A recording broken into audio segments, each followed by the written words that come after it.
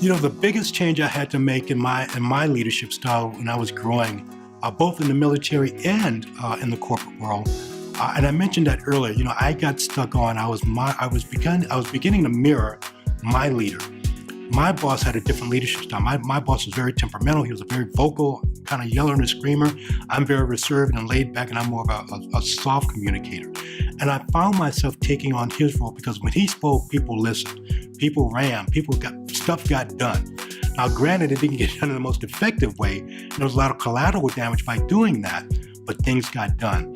And I remember one moment, I call it the white box moment, is that I was having a meeting with my staff, and something wasn't right. We were out of order, or we didn't make a departure or something, and I had everyone come into my office, and I had a little white box for whatever reason. I said, they all sat around there, and I said, I want each of you to put your ID in this white box.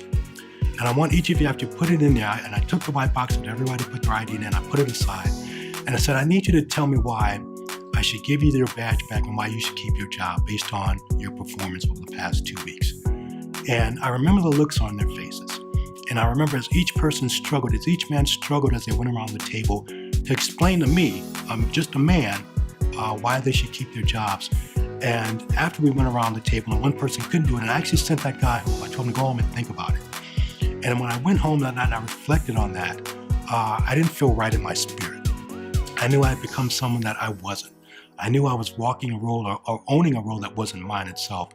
And I was no longer Jim Maness, I was someone else. And I had to take a step back and place myself in their position.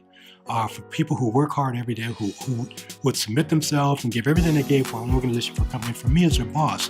And I put them in that position to have to choose on why they should keep their jobs. And I had a shift right there, and I knew it needed to become from me. It wasn't me that was being effective. It wasn't me that was making the right decisions. It wasn't me that was being a better leader for them. So what I did was I had to reevaluate. And I called them all back in the next day and I apologized because I was wrong. I think the first thing you have to do when you realize that you've gone off course, you have to own it first and foremost.